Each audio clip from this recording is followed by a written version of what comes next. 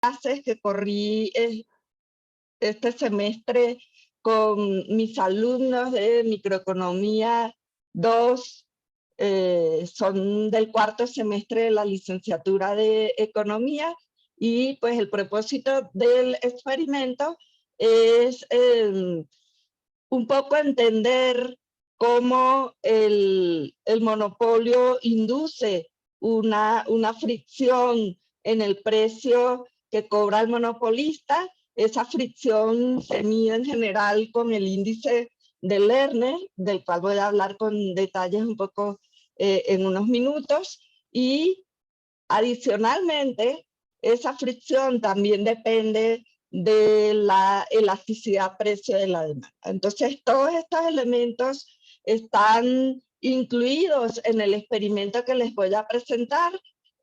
Me pareció una excelente actividad para realizar con los estudiantes, una actividad en donde ellos trabajaron en equipo, reflexionaron sobre el concepto, más allá de simplemente oír o escribir notas de lo que estaba yo enseñando en el salón. Entonces, sin más preámbulos, voy a compartir mi pantalla.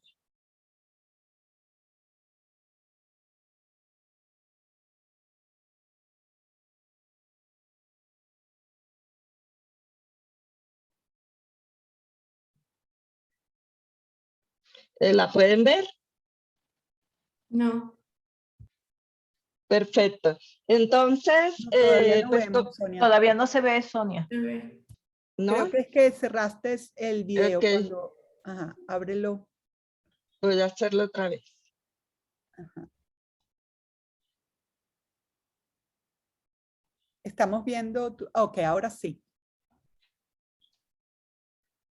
¿Y ahora?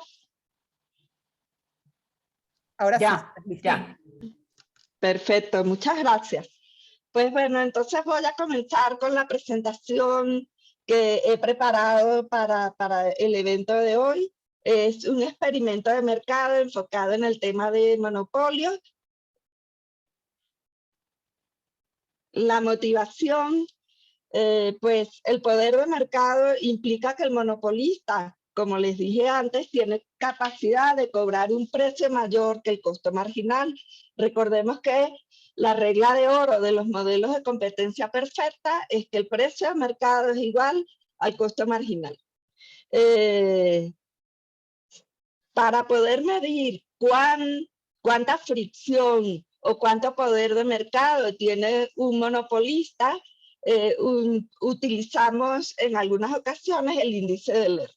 El índice de Lerner pues es una medida realmente muy útil, tiene algunas limitaciones, es útil porque nos brinda como una especie de fotografía instantánea de qué está pasando en el mercado en un momento determinado.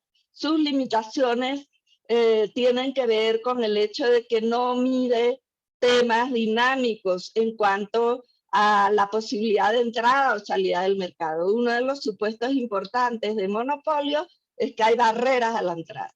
Si dinámicamente surgieran situaciones en donde estas barreras a las entradas desaparecieran o no fuesen tan limitantes, es posible que la situación cambie y entonces el índice de Lerner no nos permite medir esos cambios a lo largo del tiempo. Sin embargo, si lo que queremos es, como les dije antes, tener una fotografía en un momento del tiempo de la distorsión que un monopolista induce en el precio y las cantidades vendidas en el mercado y como consecuencia en el excedente total de la economía, pues el índice de Lerner hace un buen trabajo. Entonces, para poder enseñar este concepto en clase, más allá del modelo teórico que sirve como base para poder entender estos conceptos,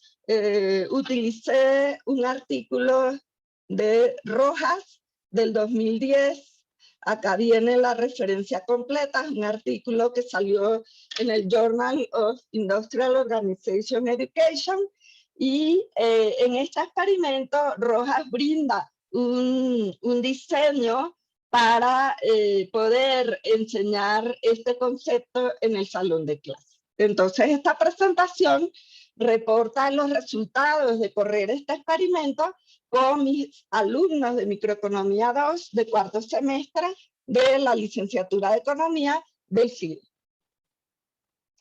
Entonces, nada más que como preámbulo, voy a ofrecer algunos elementos teóricos. Un monopolio es una estructura de mercado caracterizada por un solo vendedor. Y ese único vendedor atiende la demanda total del mercado. Entonces, de allí radica su poder de mercado. Claro, la demanda al mismo tiempo es un límite que enfrenta el monopolista. El monopolista puede fijar la cantidad y a partir de la demanda se determina el precio, o lo contrario. Cuando un monopolista maximiza beneficios, que es el supuesto que en general utilizamos los economistas cuando estudiamos las decisiones de las empresas, es decir, que estas maximizan beneficios, logramos esta expresión, la cual nos dice que el precio que cobra el monopolista cuando ofrece la cantidad Q estrella, que es la que maximiza el beneficio del monopolista, multiplicado por esta expresión 1 menos 1 entre el valor absoluto de la elasticidad precio de la demanda, es igual al costo marginal. Una cosa que me gustaría enfatizar es que para que esta ecuación tenga sentido, esta parte de la ecuación 1 menos 1 entre el valor absoluto de la elasticidad precio de la demanda debe ser mayor que 0.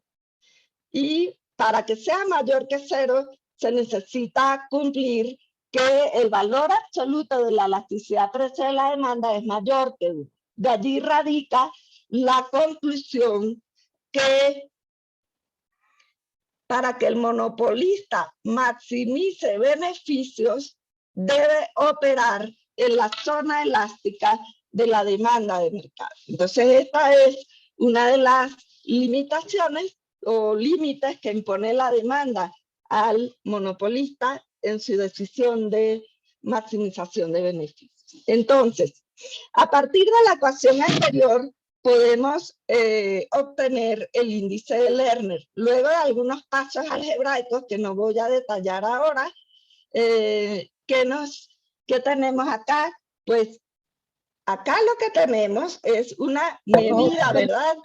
El de abajo yo lo pongo. Es el mismo, pero el de arriba tiene chocolate.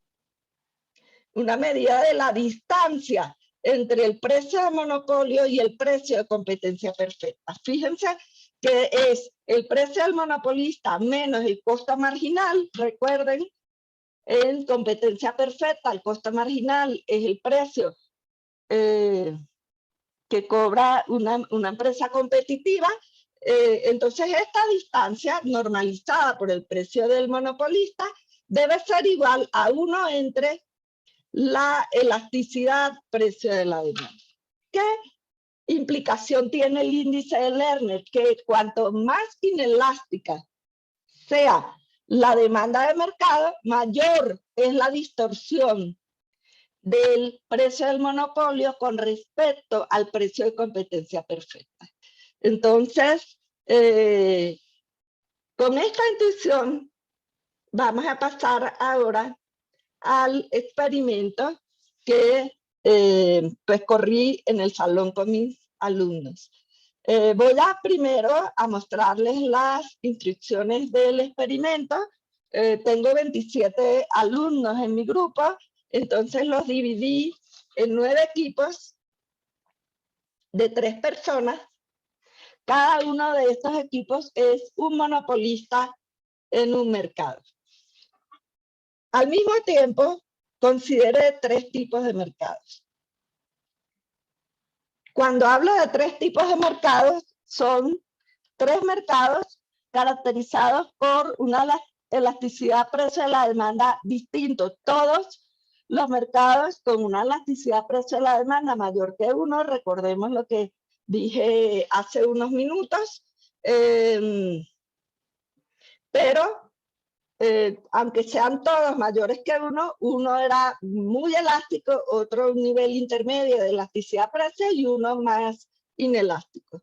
Entonces, tres de estos equipos o monopolios van a operar en el mercado 1, otros 3 en el mercado 2 y otros 3 en el mercado 3. ¿Ok? Entonces, cada monopolio debe tomar una decisión sobre la cantidad a producir. Entonces, acá se acota el espacio de búsqueda de las cantidades a este conjunto que va del 1 al 10, solo números enteros. Es decir, los estudiantes deben decir, o cada monopolio debe decir, por ejemplo, pues yo voy a decidir producir 4 unidades, o 7 unidades, o 1 unidad, etc. Entonces, el espacio de búsqueda es el conjunto de números enteros que va de 1 a 10. El objetivo de cada monopolista es seleccionar una cantidad producida para maximizar su beneficio. Entonces, se consideran entre 4 y 6 rondas del experimento en las cuales cada monopolista puede ajustar su cantidad. La segunda parte de las instrucciones tienen que ver con otros detalles, como por ejemplo, el costo promedio y marginal de cada monopolista es igual a 2. El hecho de que el costo promedio y marginal sean iguales, lo que significa es que estos monopolistas no enfrentan un costo fijo. Esto es para facilitar pues, la corrida del experimento. Un detalle importante es que los monopolistas no conocen la función de demanda del mercado que atienden. Es decir, ellos saben que hay 3 mercados, pero no saben la información de la elasticidad precio que enfrenta cada mercado. Entonces hay una hoja de Excel que calcula el precio correspondiente a la decisión de producción que toma cada equipo en cada ronda, y esa hoja se va a proyectar en una pantalla durante la realización de todo el experimento. Es decir, luego de la primera ronda en la que los 9 equipos anuncian su cantidad, se introduce esta información en la hoja de Excel y ellos en la pantalla van a ver pues el precio que cada monopolista va a cobrar y el nivel de beneficio que cada monopolista obtiene. Entonces luego inicia la siguiente ronda en donde ellos pueden anunciar una nueva cantidad o mantenerse con la cantidad anterior. ¿Ok? Las condiciones del mercado. Esta información los estudiantes no la conocen, ¿ok? Sin embargo, es una información que utilicé para construir la hoja de Excel que procesara la información luego que cada equipo anuncia la cantidad que va a elegir. La función de demanda seleccionada es esta función de demanda de elasticidad constante. Recuerden que, por ejemplo, si tenemos una función de demanda lineal, la elasticidad precio cambia a lo largo de la función de demanda lineal. Esta es una función de demanda de elasticidad constante, es decir, a lo largo de toda la curva de demanda, la elasticidad precio es igual. Y entonces, como les dije antes, vamos a considerar 3 niveles de elasticidad precio de la demanda, en donde menos 2.63 corresponde al mercado más elástico, menos 2.22 corresponde al mercado intermedio en términos de la elasticidad, y menos 1.67 corresponde al mercado más inelástico. Noten que los 3 niveles de elasticidad son todos en valor absoluto mayores que 1, condición para la maximización de beneficios del monopolio.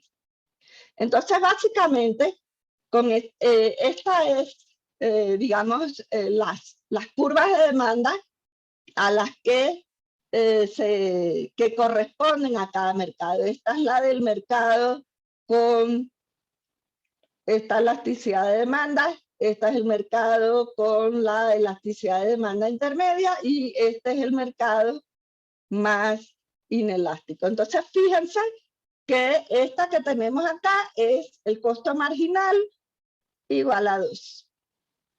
Entonces, en este caso, esto en realidad no son las demandas, son las curvas de ingreso marginal. Entonces, recuerden, la condición de maximización de beneficios implica que ingreso marginal es igual a costo marginal. Entonces, acá esto me define la cantidad óptima, 2 para el mercado más inelástico. Esto me define la cantidad óptima, 5 para el mercado con elasticidad intermedia, y esta me define la cantidad 9 para el mercado más elástico. Entonces, como les dije antes, pues fíjense que cuanto más inelástico es el mercado, mayor distorsión hay entre el precio de monopolio y el precio de competencia perfecta. Y acá lo vemos, el mercado más inelástico es el que ofrece la menor cantidad y por lo tanto va a cobrar el precio mayor. Entonces fíjense que acá tenemos los resultados del mercado 1, que es el mercado más elástico. Fíjense que corrí 6 rondas del experimento y lo interesante es que al final, en la 6ª ronda, todos los equipos habían llegado a la cantidad que predice el modelo teórico como la cantidad óptima que maximiza el beneficio para este mercado. Sin embargo, ustedes pueden ver que a lo largo del experimento los equipos hicieron una búsqueda en el espacio del conjunto de números enteros del 1 al 10, pero llegaron a la cantidad que maximiza el beneficio. Igual pasó en el mercado 2. Fíjense que en la 6ª ronda todos habían llegado a la cantidad que maximiza beneficios. Por ejemplo, este equipo llegó a esa cantidad desde la 2ª ronda. Este equipo llegó a la cantidad desde la 4ª ronda y lo mismo este otro equipo. Entonces, también tengo los resultados del mercado más inelásticos. Fíjense que en la 6ª ronda ya todos habían llegado a la cantidad que maximiza beneficios. Este equipo desde la 4ª ronda ya había llegado. Este equipo tuvo un proceso de búsqueda intenso en el espacio de los números enteros del 1 al 10. Este equipo también desde la 4ª ronda ya había llegado a la cantidad de equilibrio. En resumen, todos los equipos tuvieron su proceso de búsqueda. Unos llegaron más rápido que otros a la cantidad de equilibrio, pero al final de la 6ª ronda todos llegaron a la cantidad de equilibrio que para maximizar el beneficio de un monopolista. Entonces, mis conclusiones, recordemos que el índice de Lerner mide la distorsión del precio de monopolio con respecto al de competencia perfecta, y una de las moralejas más importantes que los alumnos se llevan de este experimento es que la elasticidad precio del mercado influye en el tamaño de la distorsión entre el precio de monopolio y el precio de competencia perfecta. Entonces, voy a dejar de compartir la pantalla y pues esta es mi presentación. No sé si hacemos preguntas ahora o pasamos a la siguiente presentación y las preguntas al final. Sí, no, yo creo que quizás dejemos las preguntas al final. Mantengan sus preguntas para hacérselas. Increíblemente interesante tu presentación, Sonia. Los experimentos Gracias. son siempre una maravillosa manera de demostrarle a los estudiantes los puntos y como tú expresaste, se sienten parte de la búsqueda de conocimientos y de la comprobación, o sea que excelente, muy, muy interesante. Gracias, Sonia, por tu presentación. Gracias por tus comentarios, Gaby. Sí. Bueno, ahora pasaremos a la presentación de Virginia Rosales, otra de las alumnas consentidas de nuestro querido Gustavo Guevara. Virginia es también egresada de la Universidad de Carabobo y recibió su doctorado con honores en la Universidad Complutense de Madrid. Se desempeña actualmente como profesora de Economía Política en el Departamento de Economía Aplicada de la Universidad de Granada. También es miembro del Instituto de Derecho y Economía en la Universidad Carlos III de Madrid, su investigación y docencia se concentran en el área de economía aplicada, derecho y economía y análisis de políticas públicas. Virginia también ha logrado increíbles éxitos profesionales en el área de la docencia, de la investigación, publicaciones diversas en el área de economía, y es muy respetada en sus áreas. Así que será muy interesante escuchar sus reflexiones en el área de la enseñanza de economía. Bienvenida, Virginia. Muchas gracias, Gaby. Muchas gracias a mis colegas que están hoy aquí escuchando y a los estudiantes y a todos los que se hayan querido conectar y compartir con nosotros esta nueva mesa redonda de homenaje a nuestro querido profesor Gustavo Guevara. Bueno, ya hemos hablado mucho, lo hemos dicho varias veces, tal como dijo Gaby, como dijo Sonia. Gustavo es una persona pues, que no olvidamos, muy, muy relevante para nosotros como profesor. Y bueno, hoy a lo largo de esta presentación hablaré en varias ocasiones de él, o sea que voy a empezar entonces.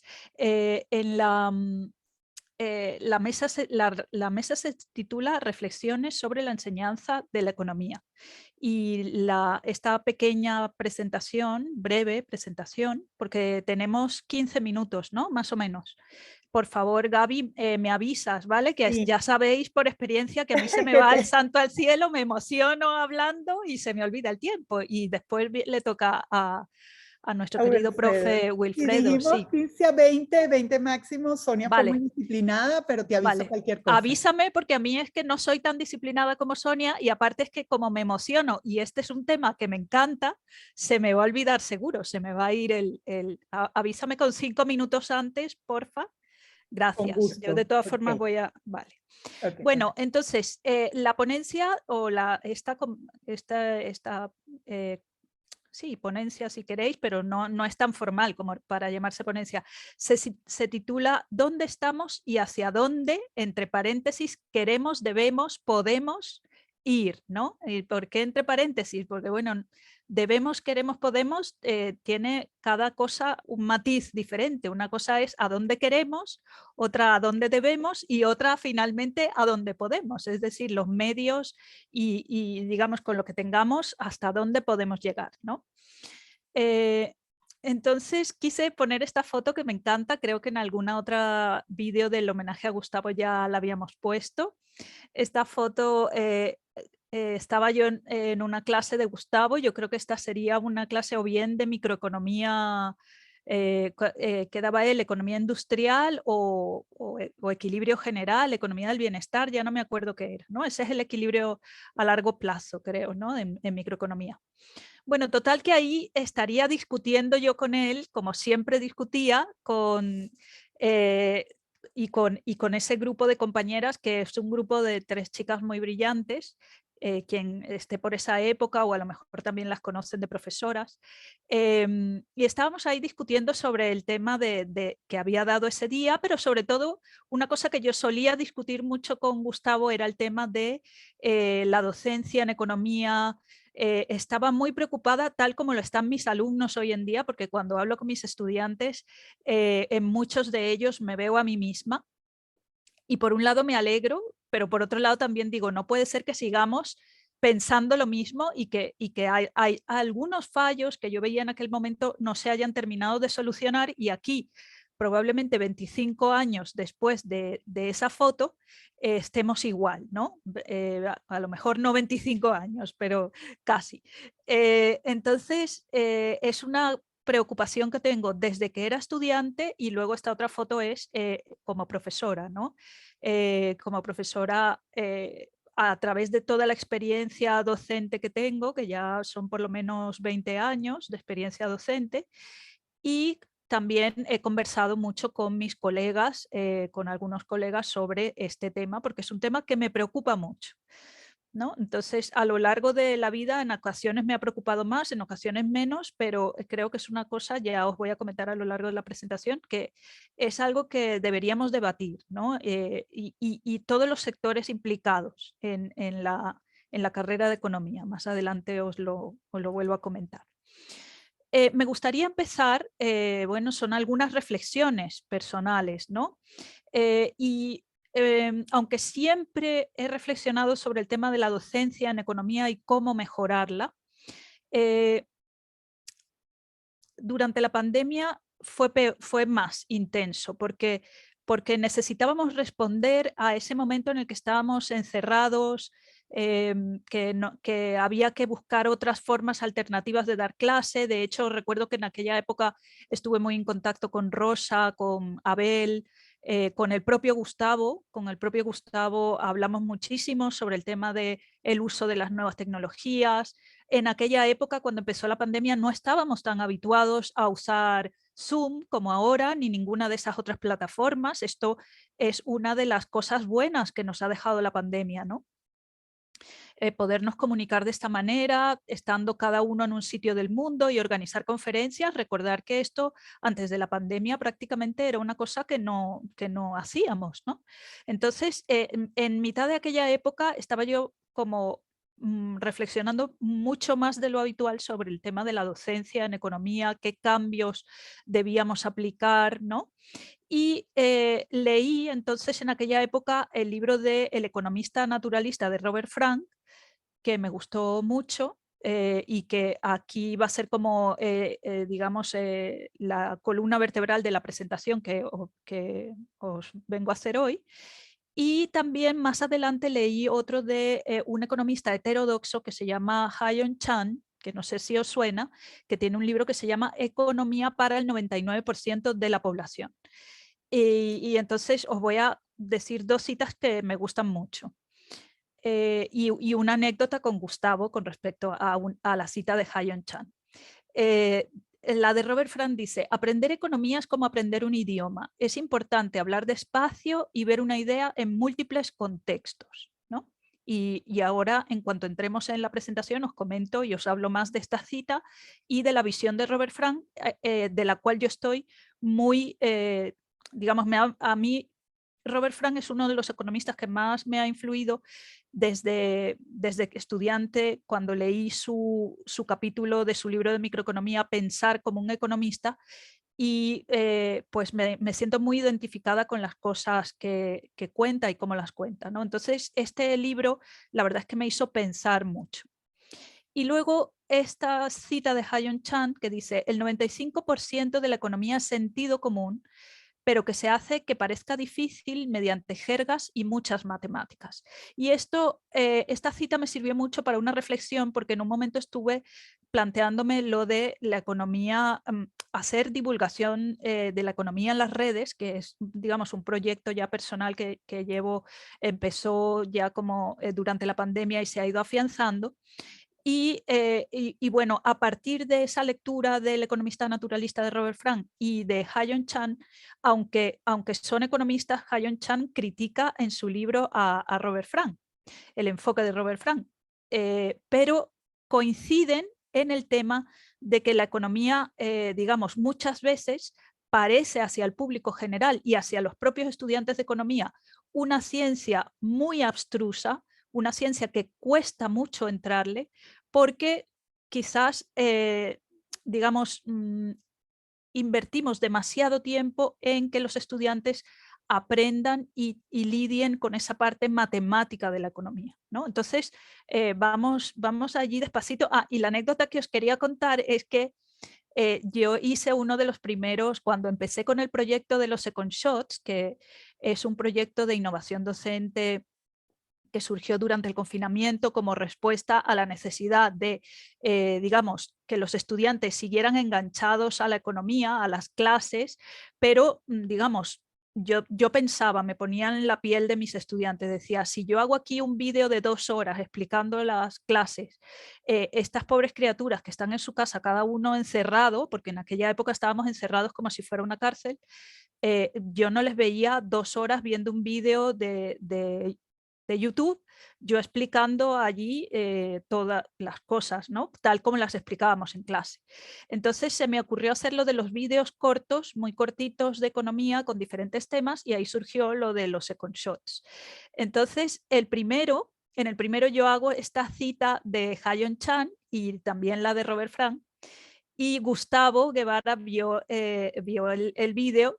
Y me acuerdo que yo cuando estaba haciendo el vídeo sabía que Gustavo, así como sé ahora que Sonia Díaz Natale no está de acuerdo con Hayon Chan, Gustavo, yo sabía que me iba a decir algo y efectivamente por ahí está el tweet que hice una captura de pantalla donde estaba el comentario de Gustavo que decía que era una iniciativa muy buena la de hacer los vídeos cortos para divulgar economía, pero que no estaba él de acuerdo con la cita de Hayon Chan porque esa cita era injusta en un sentido y tal. A ver si luego la consigo y os leo la cita o la retuiteo hoy esta tarde, ¿no?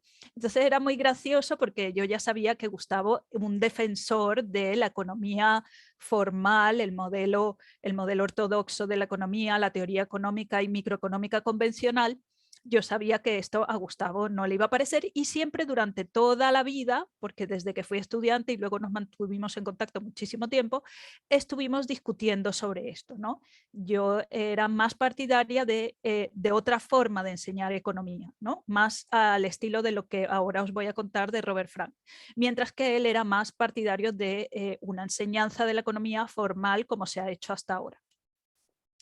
Entonces, el contenido de esta presentación es primero dónde estamos, luego hacia dónde queremos, debemos, podemos ir, opiniones, os comentaré brevísimamente los resultados de una encuesta que hice a mis estudiantes y unos breves comentarios finales. Todo esto intentaré hacerlo lo más rápido que pueda, ¿vale? Para dar paso luego a Wilfredo, que seguramente nos tiene cosas muy interesantes que contar. Bueno, casi a 10 minutos. O sea, me quedan 10 minutos. Sí. Vale, perfecto. Bueno, tal como sostiene Robert Frank en su libro El economista naturalista, la mayoría de los cursos introductorios de economía apenas recurren a la narración, bombardean a los alumnos con ecuaciones y gráficas. El formalismo matemático, como dice Robert Frank, ha desempeñado un papel importantísimo en el progreso intelectual de la economía, pero no ha demostrado ser un vehículo eficaz para iniciar a los legos en la materia, salvo en el caso de los estudiantes que tienen una gran formación matemática previa o que tienen una inteligencia matemática y una facilidad para ver en las matemáticas.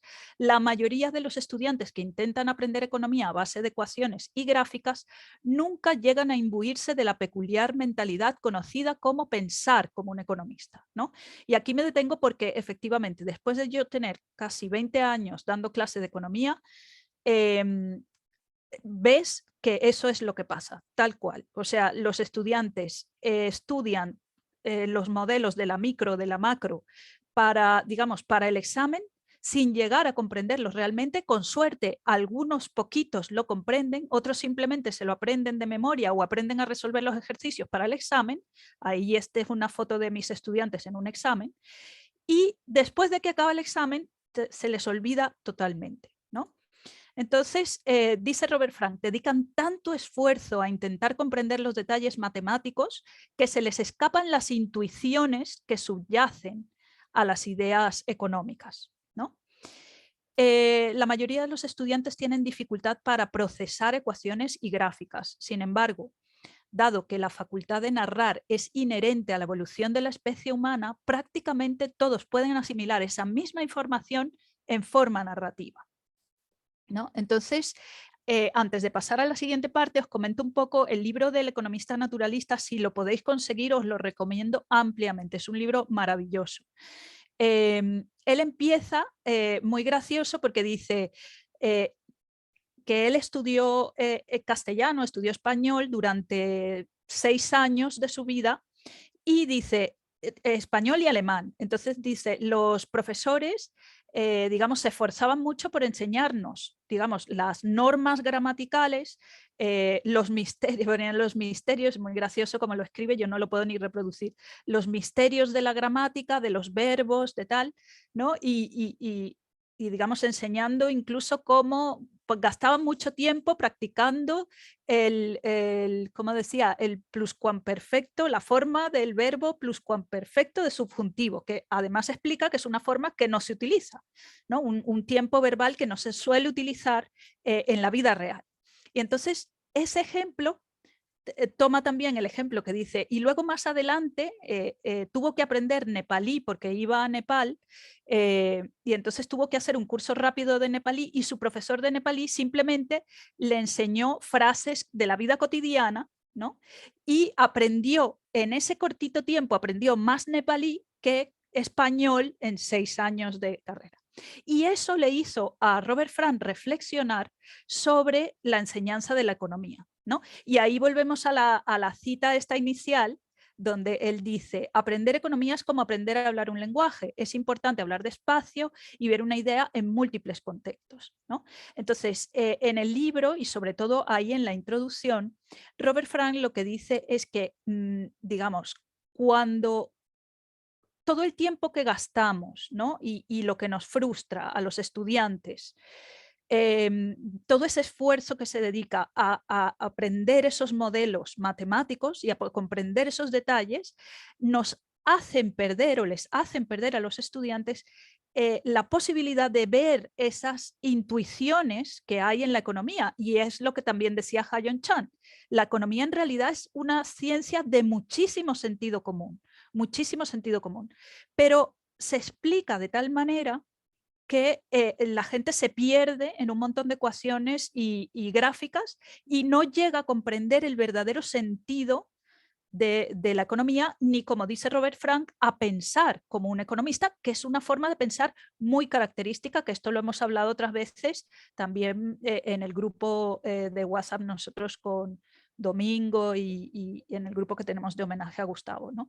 Entonces, bueno, la cosa ya vais viendo, ¿no? Por dónde voy. En este sentido estoy de acuerdo yo con Robert Frank. Una cosa que él dice, que intenté buscarlo en el libro para poner la cita textual, pero no lo conseguí, es que la carrera se enseña orientada a ese 1 o máximo 2% de estudiantes de economía que van a estudiar luego el doctorado y sin embargo el resto de personas que van a ir al mercado laboral, bien sea al sector privado, al sector público, a un emprendimiento personal, digamos, se les enseña economía de una manera que salen del grado y no han acabado de adquirir lo que verdaderamente nuestra ciencia les va a dar, que es muy importante, ¿no? Ese pensar como un economista. Ese pensar como un economista no lo adquieren,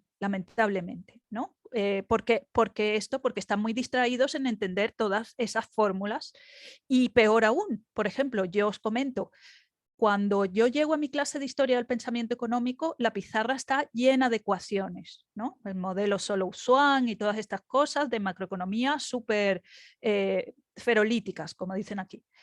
Claro, pero el primer día les pregunté, bueno, ¿y sabéis si estamos en inflación? ¿Cuánto es la tasa de inflación? ¿Estamos decreciendo, creciendo? ¿Cuál ha sido el impacto de la COVID? De actualidad económica no saben, ¿no? Entonces, les estamos enseñando un montón de ecuaciones y digamos, invertir un montón de esfuerzo muy grande en aprender esto, y sin embargo no hablamos de la realidad económica que estamos viviendo, no salimos a la calle para ver lo que está pasando.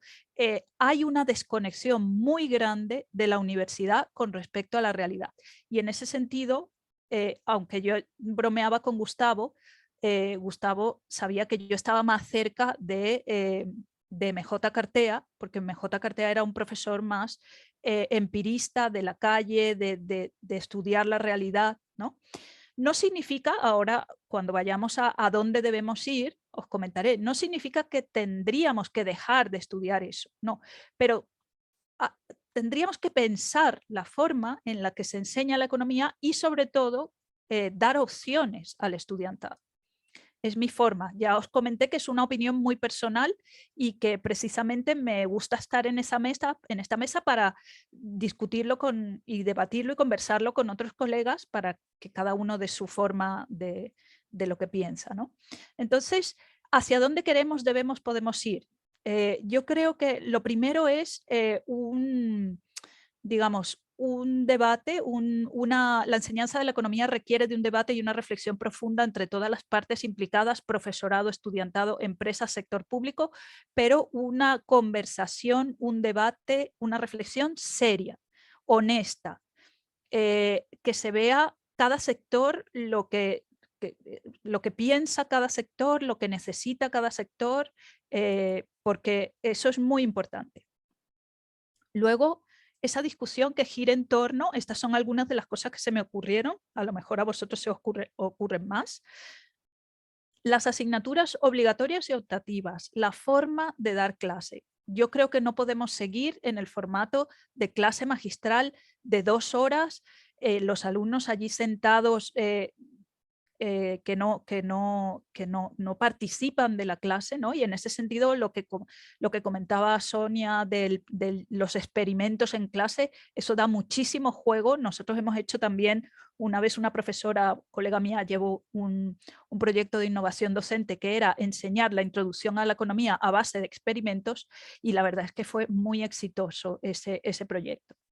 Entonces, un tipo de aprendizaje más colaborativo, ¿no? Enseñarles a trabajar en grupo, exposiciones, a desarrollar otras competencias de, digamos, pensamiento crítico, análisis, comunicación oral, comunicación escrita. No puede ser que vengan a escuchar una clase de 2 horas, luego se aprendan los contenidos de memoria y luego a contestar un examen de tipo test o 2 exámenes de tipo test parciales llenos de ecuaciones y ejercicios, porque digamos, continuamos como una especie de burbuja, y la economía, que es una ciencia tan absolutamente bonita, de sentido común, como dice Hayon Chan, muchos de ellos están desilusionados, están agobiados, están cansados, y yo pienso que es una cosa que tenemos que reevaluarnos. Luego, cuando llegan a las empresas o al sector público, tienen que aprender de manera acelerada, muchas veces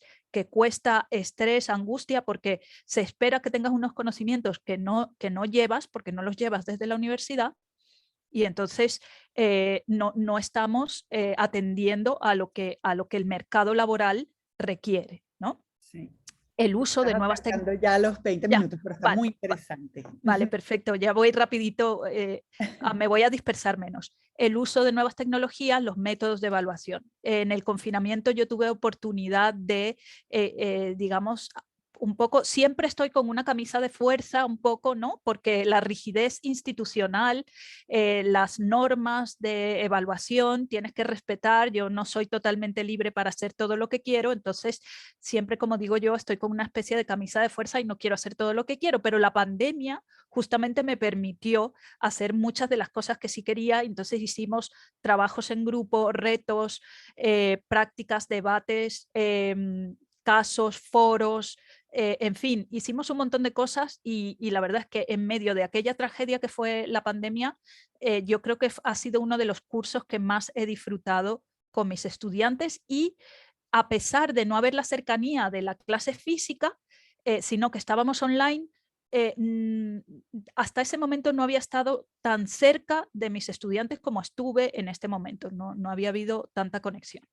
Luego, entonces, ¿qué problemas se plantean aquí? Medios disponibles. A lo mejor queremos hacer un montón de cosas, pero los medios que tenemos en la universidad no nos lo permiten. Infraestructura, lo mismo. A mí me encantaría hacer un montón de debates, de ponerlos en mesas redondas, pero las mesas están clavadas en el suelo y no se pueden mover. O sea que ya ahí la infraestructura me condiciona a las actividades que yo quiero hacer en clase.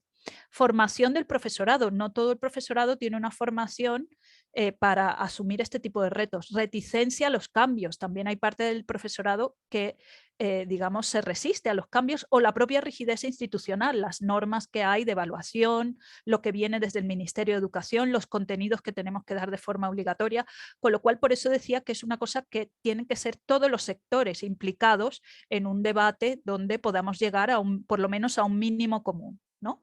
Y brevemente, rapidísimamente, para deciros la encuesta de mis estudiantes, hice una encuesta que contestaron 48 estudiantes, el 64,6% cree que la carrera no ofrece contenidos que les permitan salir preparados al mercado laboral, solo un 2,1% quiere estudiar el doctorado, un 39,6% quiere estudiar máster para prepararse mejor para el mercado laboral, eso sí, y el resto decían que iban a salir bien al mercado privado o bien al mercado laboral, nada más graduarse de economistas.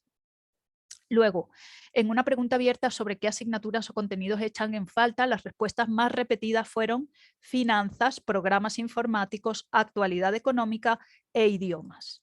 Y ya para finalizar, muchas veces recuerdo las palabras de otro querido profesor, MJ Cartea, quien decía que se enseña economía violando sus propios principios, ya que en teoría la economía es la ciencia de la elección, pero el estudiantado solo, o sea, no se le da, no tiene grandes posibilidades de elegir, solamente estudia la economía ortodoxa, la economía convencional y poco más. A lo mejor se da alguna pinceladita de algún que otro autor o en historia del pensamiento económico, que gracias a Dios que hay historia, pues permite por lo menos ver un poco más, pero de resto es todo la economía convencional, aunque últimamente en los grados de economía por lo menos se ha ampliado un poquito más y se ve un poco de economía experimental, teoría de juegos, en fin, otras cosas, pero se debería ampliar un poco más el menú y ya, bueno, luego en el turno de preguntas y en el turno de discusión podemos hablar un poco más sobre eso. Bueno, en cualquier caso,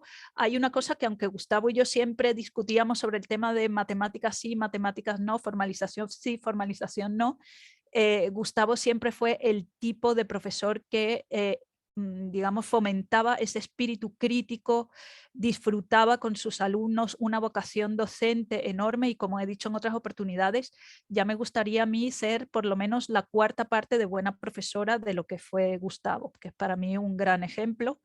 Y bueno, y aquí está presente el profesor Wilfredo Camacaro, que también es otro de mis profesores muy queridos y de quien todavía me acuerdo de sus clases.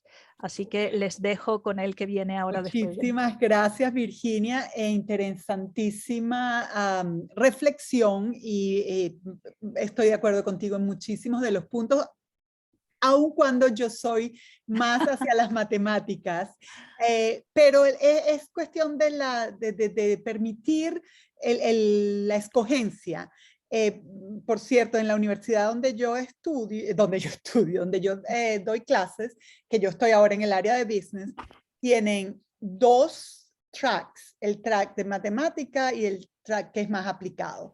Sí, es necesario adaptar más para que los estudiantes sean capaces de escoger, porque no todo el mundo, como estaba leyendo en el chat, que hay ideas muy interesantes y vamos a tener la oportunidad de discutir más adelante, no todo el mundo aprende igual, no todo el mundo tiene las mismas destrezas y es importante también, yo sí considero que la base matemática es increíblemente importante y sé que mi colega Sonia también lo piensa y yo estoy en el área de mercadeo ahora y me encanta darle la parte teórica y matemática incluso al mercadeo, pero no todo el mundo tiene que hacer lo mismo. Y lo importante es darle la oportunidad a cada quien que desarrolle sus propias destrezas. Así que muchas gracias. Gaby. Vamos a abrir la discusión luego de que oigamos a nuestro queridísimo profesor Camacaro.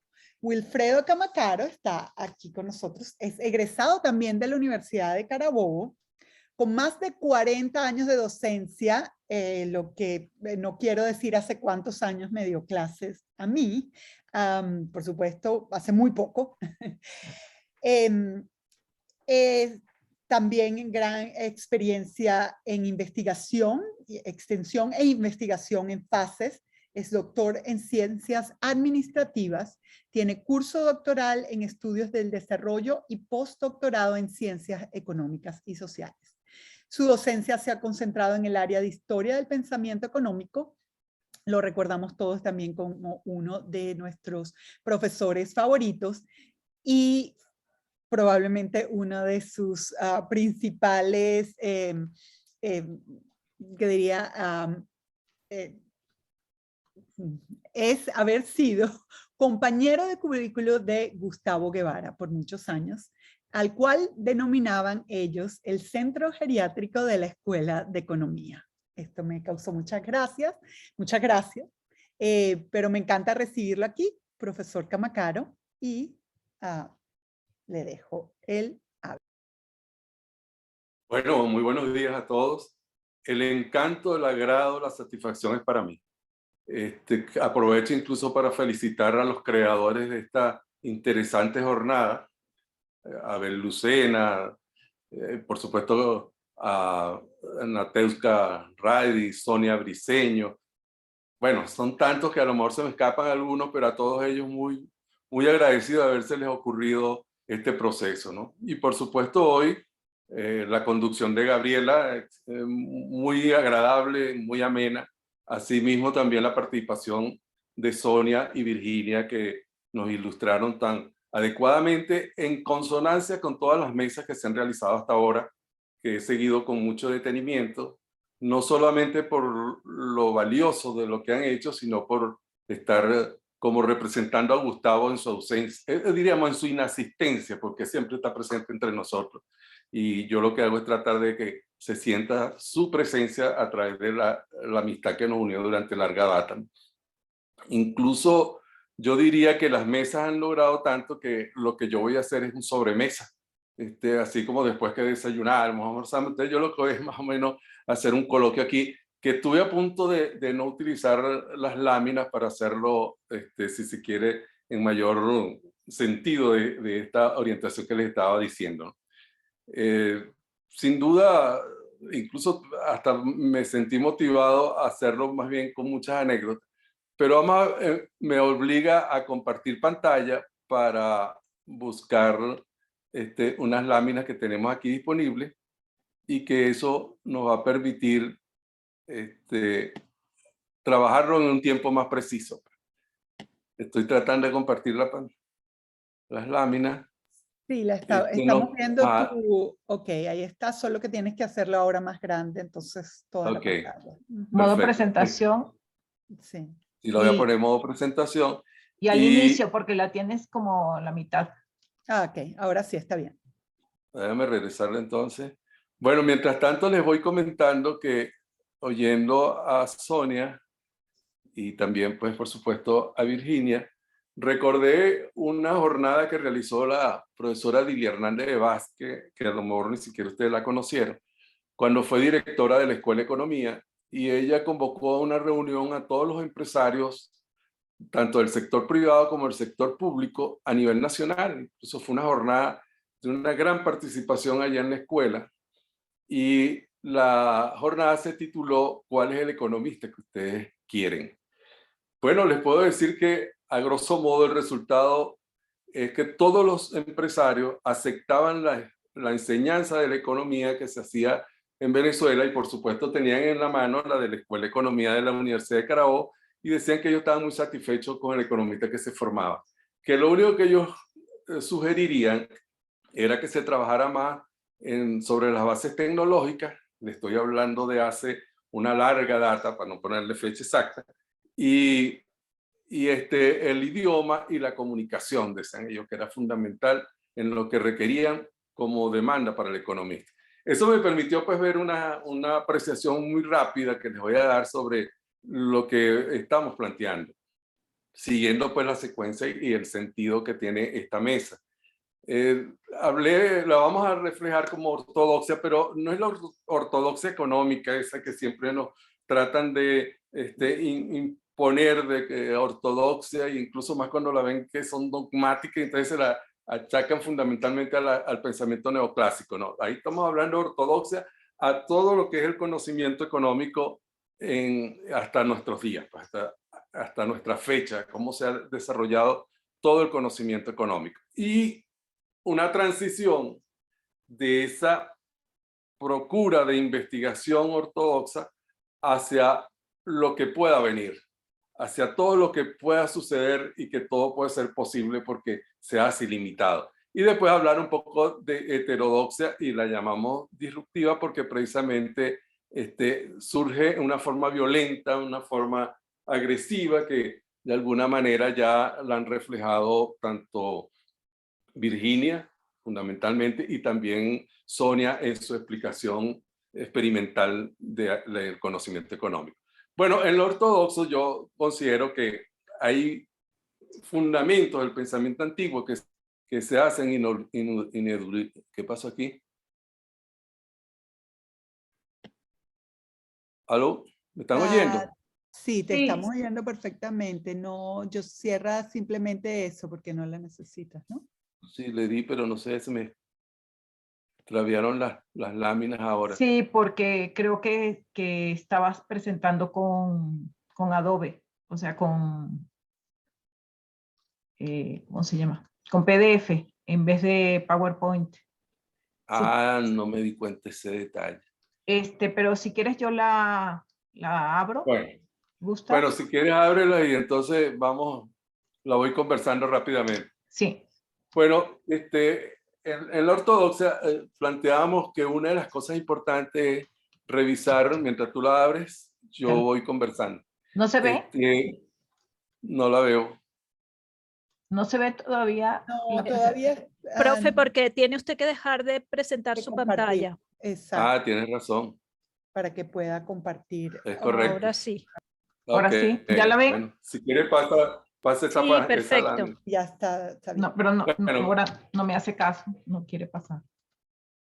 Ahora no quiere pasar. Déjame, lo intento de nuevo. ¿Te dan cuenta que Gustavo siempre fue tremendo en el cubículo y más cuando estábamos los dos intercambiando opiniones?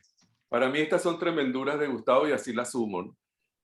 Mientras Sonia va tratando de hacer y de pasar las láminas, bueno, les comentaba que una de las cosas importantes en todo lo que ha sido la discusión económica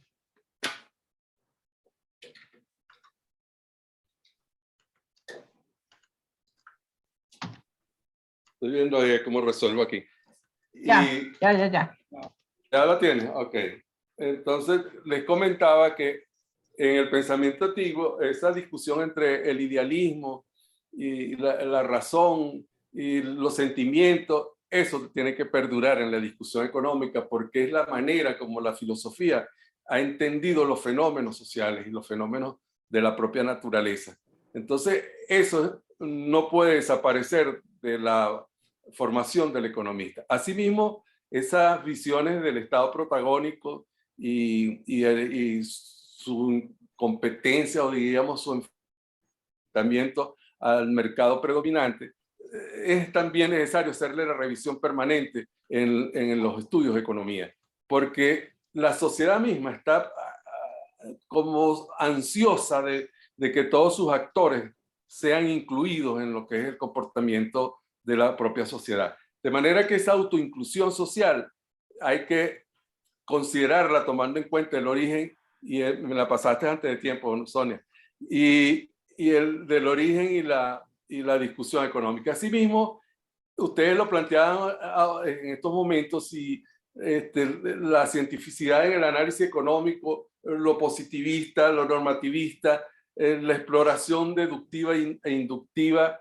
como instrumentos de razonamiento, todos ellos son indispensables en la búsqueda económica y, como lo dice Landre y Colander, pues buscar esa optimización de la mezcla. Ya esa condición de mezcla en en los tipos de razonamiento ha sido aceptado en toda la discusión filosófica, por lo tanto no se puede extraer de la economía, pero como ellos muy bien lo plantean, la necesidad de optimizarla. Eso incluso lo incluyo dentro de un trabajo que realicé en el 2008, que titulé La teoría de la información como una vía para fortalecer institucionalmente las firmas bancarias en Venezuela. Allí reviso todo lo que significa esta discusión de la optimización del razonamiento. Ahora sí, Sonia, entonces, tomando en cuenta eso, hay otro elemento que se nos hace indispensable en la discusión económica, que es esa deliberación sobre la teoría del valor, que ustedes recordarán cuando eran mis alumnos que yo les decía que la materia la debiéramos llamar es la teoría del valor, porque la discutíamos tanto en su marco objetivista, así como subjetivista, el utilitarismo, todo ello como un requerimiento que ya también la filosofía incluyó para el análisis de todas las disciplinas y la denominan la axiología. De tal manera que nosotros tenemos que aceptar la axiología económica en esta discusión de la teoría del valor. Así también el basamento neoclásico, que ya no hay quien no lo ataque, pero sigue ahí imbatible. Eso es necesario también la economía revisarla permanentemente, todas sus discusiones sobre las expectativas y todo lo que significa desde el pensamiento marshalliano de las externalidades. Bueno, todo eso nos conduce a algo que ya ustedes lo están planteando previamente, que es la comprobación empírica en procura de la veracidad de la teoría. Es necesario retomar todo ese análisis que hizo. Creo que alguien tiene encendido el micrófono. Alguien se le salió el micrófono. Pero seguimos. ¿Lo puedes? Okay. Aunque tratamos de ser pausados, pero a la vez rápido, porque se me combinan dos cuestiones aquí. La pausa que nos recomendaba Robert Frank y la velocidad con que hablamos los llaneros. Bueno, lo cierto es que, tomando en cuenta esto, es necesario revisar siempre los aportes del Círculo de Viena, a pesar de que tuvo poca impacto y duración en la economía, pero sabemos que Milton Friedman la fortalece con su trabajo sobre metodología de la filosofía. Bueno, tomando en cuenta eso, podemos entonces hablar cómo es la transición, la siguiente, Sonia, cómo es la transición que podríamos enfrentar hacia lo que pueda venir, que se hace limitada. O sea, son muy diversas las aristas que se pueden enfocar, pero la iniciamos con una que se ha hecho muy notoria y de mucha referencia en la discusión económica, como lo es la economía circular. Es cierto, hay una economía circular, hay una propuesta de economía circular, pero no hay que verla como que es una nueva economía, porque realmente la circularidad en la economía siempre ha existido. Y por eso la llamo que hay una transición allí, desde los fisiócratas, volviendo otra vez a ponerme en mi cachucha de profesor de historia y pensamiento económico, cuando me tocó compartir con ustedes pensamiento fisiocrático, donde se evidencia la necesidad del circuito intersectorial, la discusión incluso en las teorías del desarrollo, donde grandes autores han trabajado ese proceso de transferencia entre un sector y otro sector. El circuito económico, tanto el cerrado como el abierto, todo ello nos permite llegar a lo que efectivamente es necesario de tomar en cuenta el uso de los desechos, el reciclaje y todos estos elementos para incorporarlos nuevamente a los procesos de transformación. Es válido, pero no hay que descuidar que la economía siempre ha trabajado la importancia del proceso circular. Bueno, ya decíamos antes lo del Estado y el mercado, pero hay que buscarle cómo hay la coexistencia entre ellos cada vez más sólida. Quizás no es la desaparición del Estado, pero lo que les decía ahora de la autoinclusión, en la medida que el Estado debe ser o no sea lo suficientemente eficiente y se concentre únicamente en esa procura de la equidad, que el 100% equitativo es imposible lograrlo, en la medida que eso no lo logra el Estado, la sociedad lo puede sustituir. ¿Y cómo lograr el Estado eso? Bueno, a través de la gobernabilidad, que retomamos la idea que decíamos antes, hacer un Estado eficiente, exitoso, ordenado, organizado y que a su vez sea aceptado por los propios pobladores, que es la gobernanza. Y eso no solamente es el Estado, sino que también el mercado requiere esa consolidación como eficiente en la asignación y distribución de los recursos.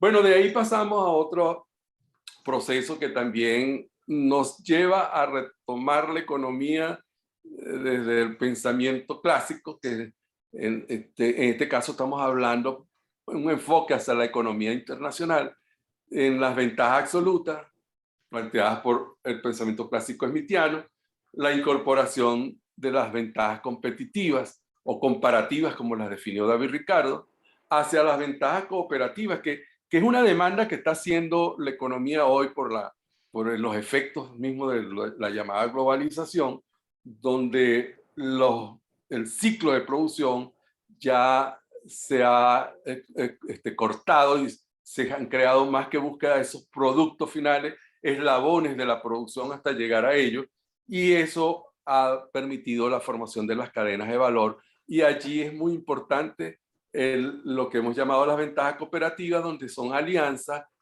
donde se busca posibilidades de consolidar entre varios actores las diferentes etapas de las cadenas de valor.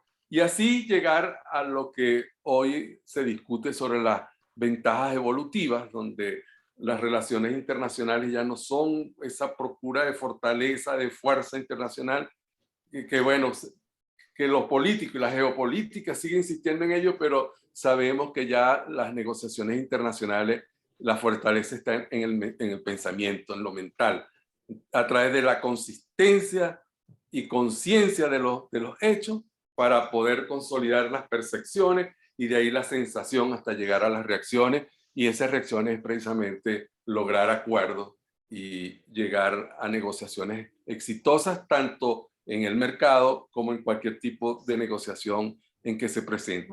Es decir, ese predominio de lo racional, además de lo emocional, pensar y sentir, todo ello nos obliga a ver una nueva manera de entender hacia dónde debe ir la negociación internacional. La siguiente, Sonia. Entonces, tomando en cuenta eso, Sonia, puedes pasar la otra. ¿Dónde vamos? Un poco lo que decía ahora Virginia. Bueno, hay cosas que ya están aquí, pero que están también en el proceso de adaptación. Definitivamente hay que consolidar esa explicación económica del predominio de la infraestructura. Ya Sonia lo demostraba, por otra parte Virginia lo tomaba, y ya no, ella incluso habló de las estructuras en los salones de clase, pero es que ya el salón de clase, esa visión de grandes construcciones, han dado paso a una mejor información, una nitidez y la posibilidad de mayor conectividad con los diferentes actores. Así la economía tiene que revisarse en ello.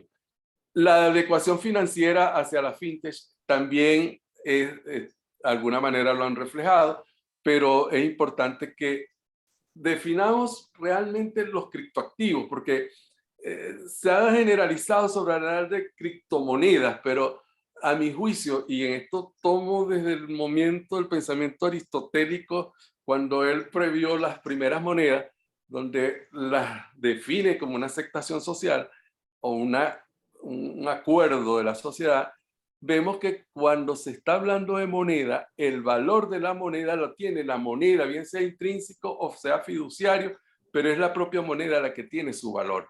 Para decirlo de otra manera, un bolívar, su valor es un bolívar. Un dólar, su valor es un dólar. Mientras que cuando se habla de supuestas criptomonedas, entonces su valor no es en el propio valor de la criptomoneda, sino que está referida a una de estas divisas. Es decir, el valor de la supuesta criptomoneda en dólar. Por lo tanto, a mi juicio, deja de ser moneda para ser un activo financiero. Bueno, esta discusión ahí me tiene muy inquieto y lo he llevado a los salones de clase y lo hemos estado siempre revisando. Porque sin duda la base monetaria tiende a desaparecer. La virtualidad está atacando fuertemente las monedas fraccionarias, los billetes, los depósitos a la vista, y eso también nos obliga a tener presencia en la incorporación, imagínense ustedes, en la política monetaria, en la teoría monetaria, cuando estemos hablando del dinero base. La imposición, esta es otra gran discusión que la he tenido permanentemente con mis alumnos en el doctorado, esa manera como nos han vendido la sustentabilidad del desarrollo y la sostenibilidad como algo sinónimo. Incluso las Naciones Unidas ya así lo aceptan. Particularmente considero que no hay modelo de desarrollo que no aspire a ser sostenible, porque deja de ser modelo de desarrollo porque deja de ser un proceso. Y así también requiere la sostenibilidad, es decir, tiene que perdurar, buscar que eso, no podemos aspirar a un modelo de desarrollo finito y de corto plazo, lo aspiramos es que perdure y que se sostenga. Por lo tanto, todo modelo de desarrollo es sustentable y sostenible. Lo que es que analizar cuáles son los sustentos que cada modelo encierra. Entonces, hay variación en la sustentabilidad, pero no hay en la sostenibilidad. Todo modelo de desarrollo, sintetizo, es sustentable y sostenible. Lo que hay es que ver cómo se sustenta uno y cómo se sustenta otro. La siguiente lámina, Sonia. Entonces, esas son las inquietudes que me llevan a ver cómo puede estar el proceso de transición hacia lo que queremos discutir hoy en día en economía. Y ahí agregamos discusiones que están en el ambiente social, en el ambiente político, como es la inteligencia emocional. Incluso aquí, siguiente lámina, Sonia, aprovecho para recordar a Douglas North en su libro Las estructuras y cambios en la historia de la economía, donde él reflejaba que los grandes pensadores económicos del momento de la revolución industrial no sabían que estaban en la revolución industrial. Nosotros hemos asumido que estamos en una revolución tecnológica, pero sin embargo es posible que más adelante ni siquiera sepamos cuál es la realidad de esa revolución que estamos viviendo. Pero sin embargo es indispensable incorporar toda esta discusión de la inteligencia artificial en el conocimiento económico, la digitalización, la robótica. Es impresionante la cantidad de actuaciones humanas que están siendo robotizadas. Y la economía tiene que revisarlo. Recientemente estaba viendo un equipo, Alexa, que la información que uno menos piense que dispone, lo dispone. O sea, es impresionante un estudiante de economía que tenga ese robot a la mano, cómo puede investigar. Así también toda esta conectividad tecnológica. Y volviendo a la escuela de economía, recuerdo una experiencia donde un estudiante me llevó un paper y en la discusión, y eso estoy hablando de la escuela de economía y dando la clase sobre integración económica, y yo no conocía el material. Y le digo, ¿dónde sacó usted ese material? No, ese me lo pasó en una conexión que tengo con Paul Krugman, y anoche intercambiando con el que teníamos esta clase, pues él me pasó esta información sobre este paper. Entonces imagínense ustedes la velocidad del conocimiento, con la fluidez que tiene ello, cómo se transfiere eso cuando hacemos, por ejemplo, las curvas de la función de producción, y allí medir la velocidad con que se da la productividad. Pero lo que sí es cierto, la economía no procura solamente esta automatización que nos están promoviendo. Requerimos fortalecer el sistema económico, la sistematización de la economía, tendiendo pues a organizaciones que tienden a ser más creativas ante las realidades que estamos viviendo. Y así incorporamos otro elemento también de mucha resonancia hoy en día, que es la inteligencia emocional. Esa manera de cómo la información está determinando el comportamiento y la conducta. Y ahí podemos ver, y ya que ahora hablamos de Robert Frank, cuando vemos microeconomía y conducta, incorporar toda esta base de inteligencia emocional en la conducta del consumidor y del productor, se hace como una vía urgente, como el uso de la mente en las situaciones diversas y el comportamiento contextual donde se desarrollan los diferentes actores. Esa manera como el entorno nos genera una gran cantidad de información y que nuestras reacciones emotivas nos van a determinar cómo actuar frente a ello, teniendo siempre en cuenta que también la emotividad puede conducirnos a errores y esos errores pues, pueden conducir también a sentimientos que por cierto muchas veces son previos al pensamiento y entonces nos guiamos más por la reacción emotiva del momento. Pero estamos en un proceso de cambio. Y como dice Víctor Reyes Lanza, a quien le quiero dar estos créditos, el vicerrector administrativo de nuestra universidad, él dice, en el cambio, todo cambia menos la ley del cambio. O sea que todo está imbuido en un proceso de transformación, de cambios, de evolución, donde no solamente es evaluar lo que disponemos, sino la prospectividad de lo que se dispone frente a la procura de las bondades y los beneficios. Es decir, la evaluación riesgo-beneficio en todo el comportamiento y toda la actividad económica. Por supuesto, siempre aplicándolo a lo que puede ser la conducta de los agentes, armonizando pues esa condición de racional y emocional. La siguiente, Sonia. Entonces, ahí entramos a algunos elementos que hacen factible esto. ¿Cómo armonizar esta inteligencia emocional? Bueno, requerimos de algunos factores clave.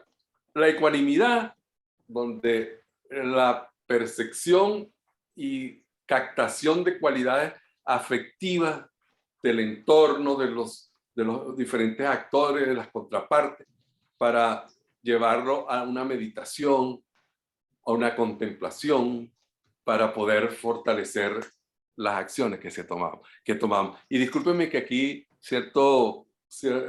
hay un cierto apego, porque ustedes saben que practico yoga durante largo tiempo, y entonces yo digo que la ecuanimidad está enmarcada en eso, cómo poner la mente plácida, pues para captar lo que puedan ser el entorno. Y ahí la planificación del futuro, ya tanto Sonia como Virginia lo comentaban, que menos mal que hay historia, menos mal que hay vivencia, la memoria está alimentada, pero indudablemente hay que dialogar frente a lo que pueda suceder y ese ajetreo emocional que estamos planteando desde el principio. Y asimismo, pues, la empatía como otro de los elementos básicos para animar la actividad de enseñanza de la economía. Y ahí pasamos a un último esquema que yo quería plantearle, que tiene que ver, y lo digo rápidamente, las finanzas digitales, donde el abordaje del proceso financiero tiene que tener esa base de toda esa complejidad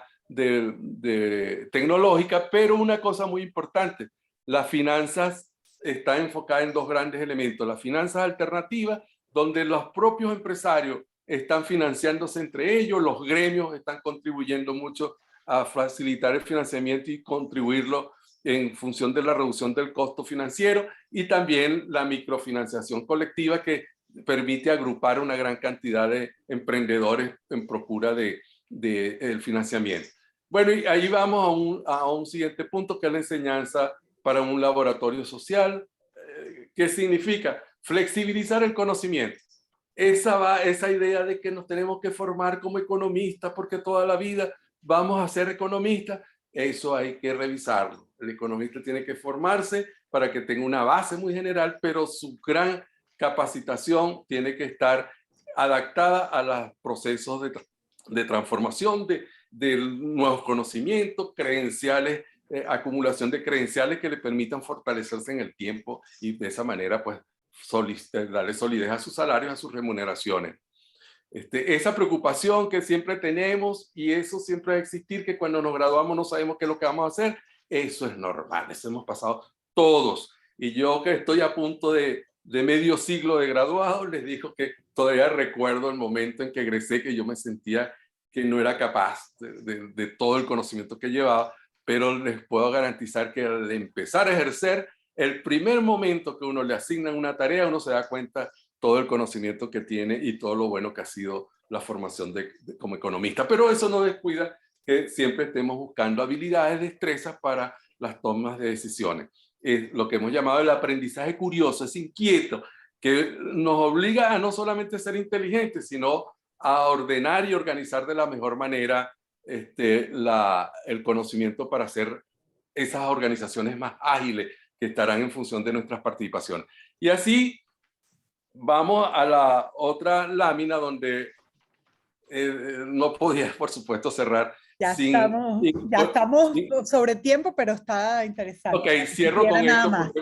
porque es mi última dedicación al trabajo, precisamente las teorías del desarrollo, y creo que esa búsqueda de disminuir la desigualdad está siempre presente, ya no cómo vencer la pobreza, sino cada vez hacerla más viable, de mayor incorporación, y ella requiere pues una mayor accesibilidad a la tecnología, la democratización ambiental, que es la participación de todos nosotros en la búsqueda de salidas y de conservación del ambiente, y ahí la viabilidad permanente de lo local transfiriendo a lo nacional y lo regional, es decir, la importancia de retomar la idea neoclásica de los distritos industriales para fortalecer lo que hoy se habla de los clústeres hacia un sistemas productivos locales, donde yo he centrado mis últimas investigaciones, que por cierto lo llamé Los empresarios agrícolas en el último libro, en los sistemas productivos locales, una estrategia de desarrollo. Se lo publicaron ahorita en el 2021.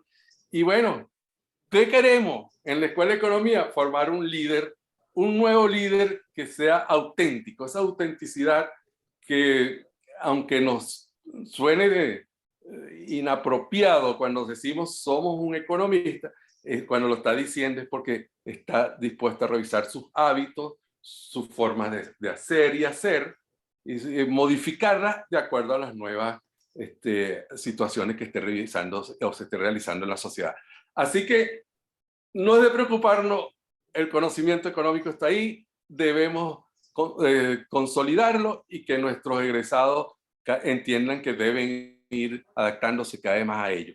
Finalmente, no puedo retirarme sin recordar nuevamente a Gustavo, como ustedes lo hicieron desde el comienzo.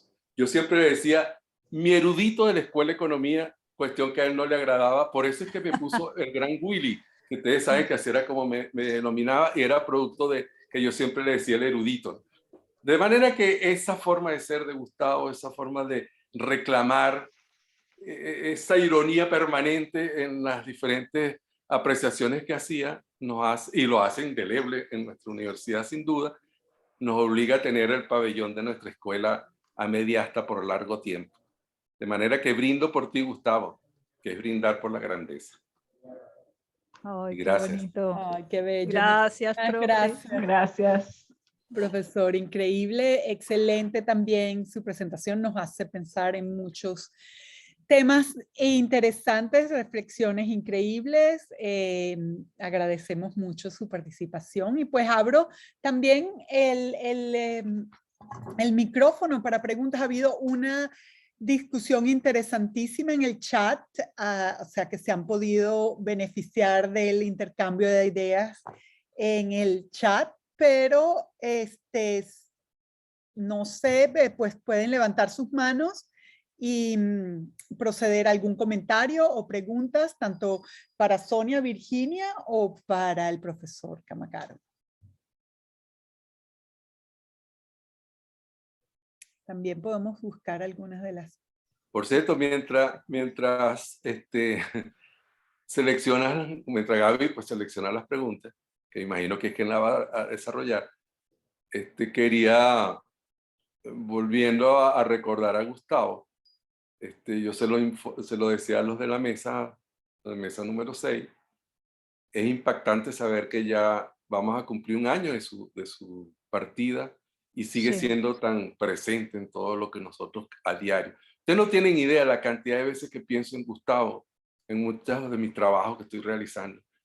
Y bueno, me lo imagino conversando con él, yo estoy seguro que así lo hacen ustedes. Incluso trato más bien de criticarme yo para sentir la presencia de Gustavo. Quería decirle esto porque es a diario.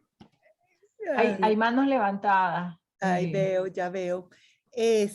No pude ver bien el orden, así que voy a llamar a Josefina Toro. y después Rosa María. Y después Rosa María. Ok. Josefina, bienvenida. Hola, ¿qué tal, muchachas y muchachos? Hola, Bueno, profe. yo creo que Rosa levantó primero la mano, pero me dieron el Adelante, privilegio. profe. Será Adelante, por la edad. usted primero. Bueno, respecto a Gustavo, la semana pasada defendió su tesis doctoral una profesora de FACES, amiga mía, de quien yo era tutora, profesora Glenda Reyes. Ella empezó nuestro doctorado con Gustavo y estaba haciendo la presentación y lloraba.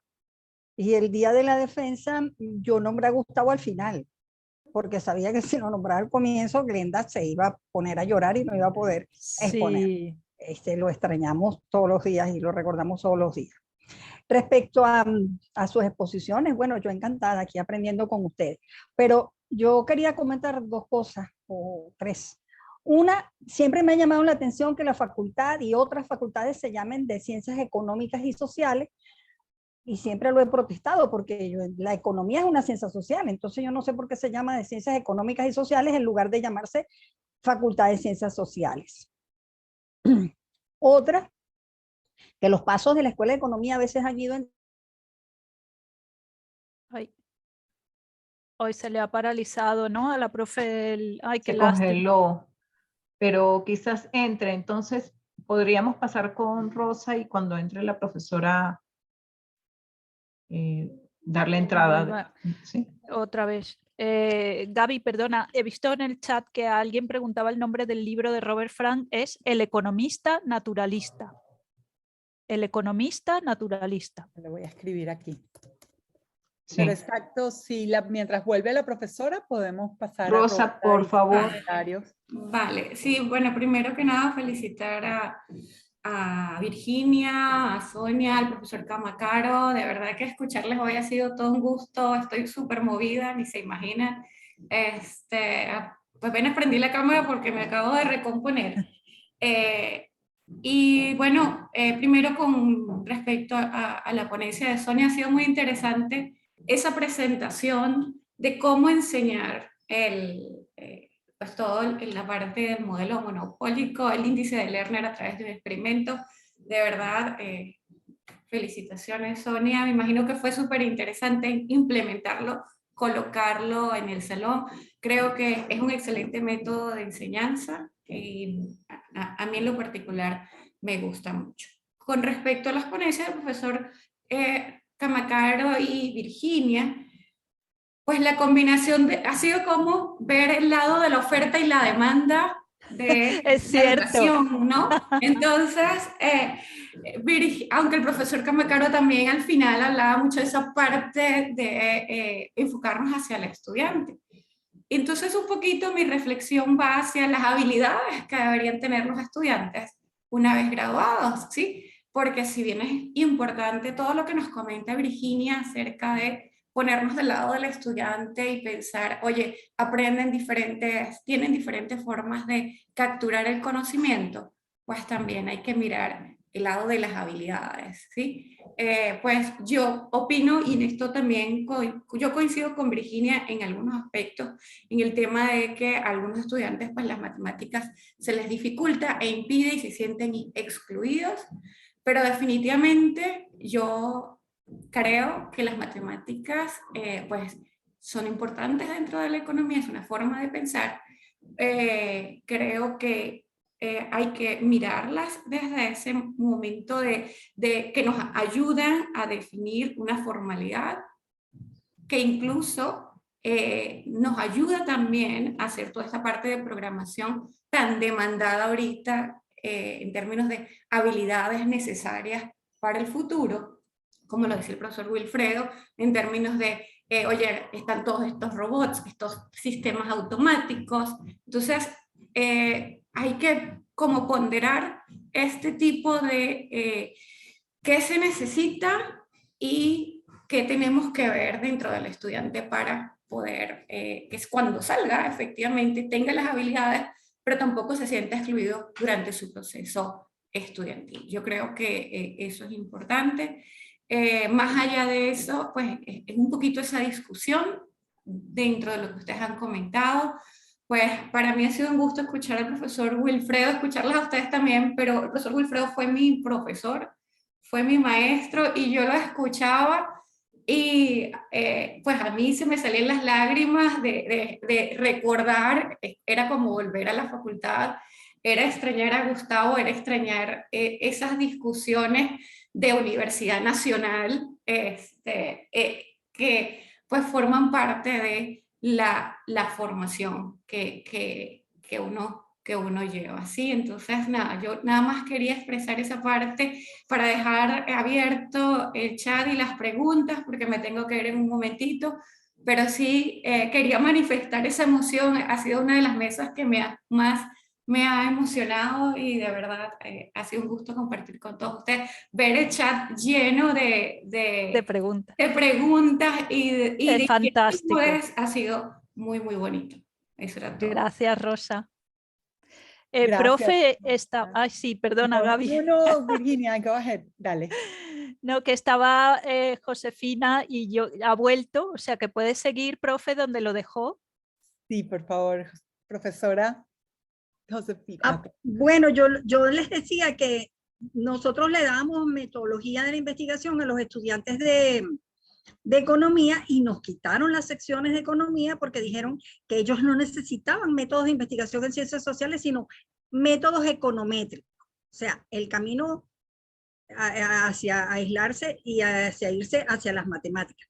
Y también lo vi una vez que estábamos haciendo un rediseño curricular, un diagnóstico, y una de las preguntas del cuestionario decía algo así como ¿a qué paradigma? ¿Cuál es el fundamento epistemológico de su asignatura?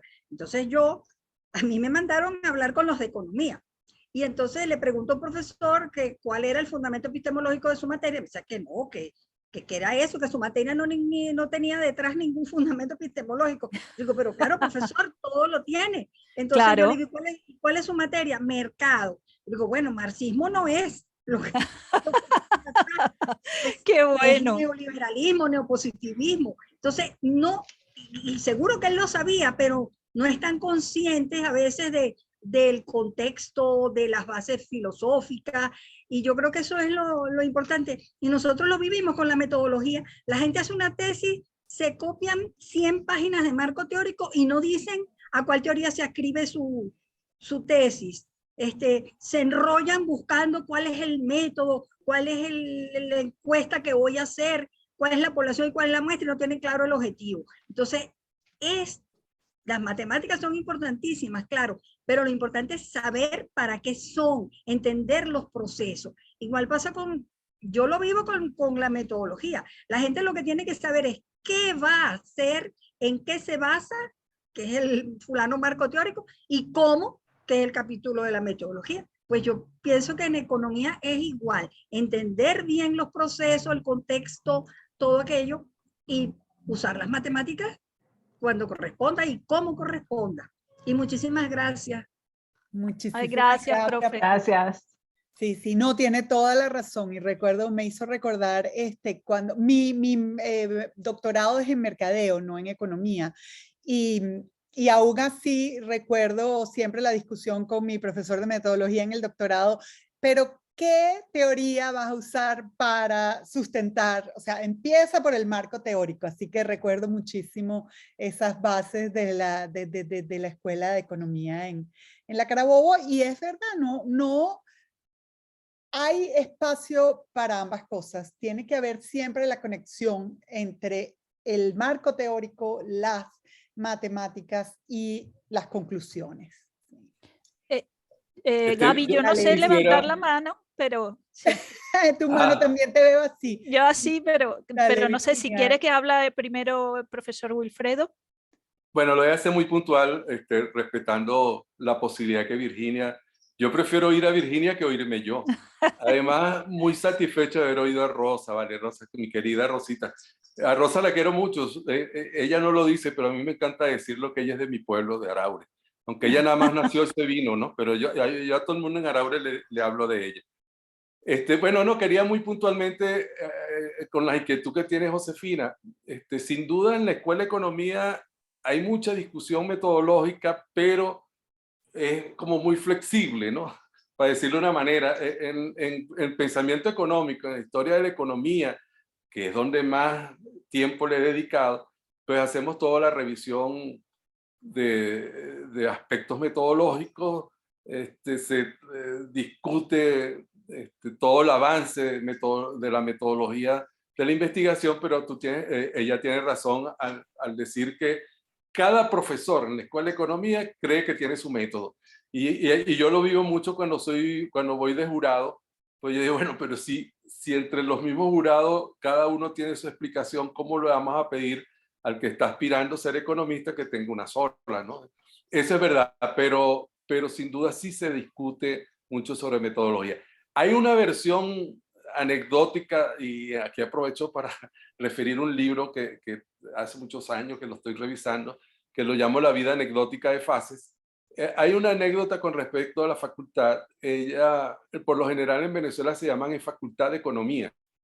Y empezó más bien desde la Escuela de Economía de Carabobo ese mensaje de Facultad de Ciencias Económicas y Sociales, y fue producto que cuando se creó la facultad, la Escuela de Educación pertenecía a la Facultad de Economía, que era como se iba a crear.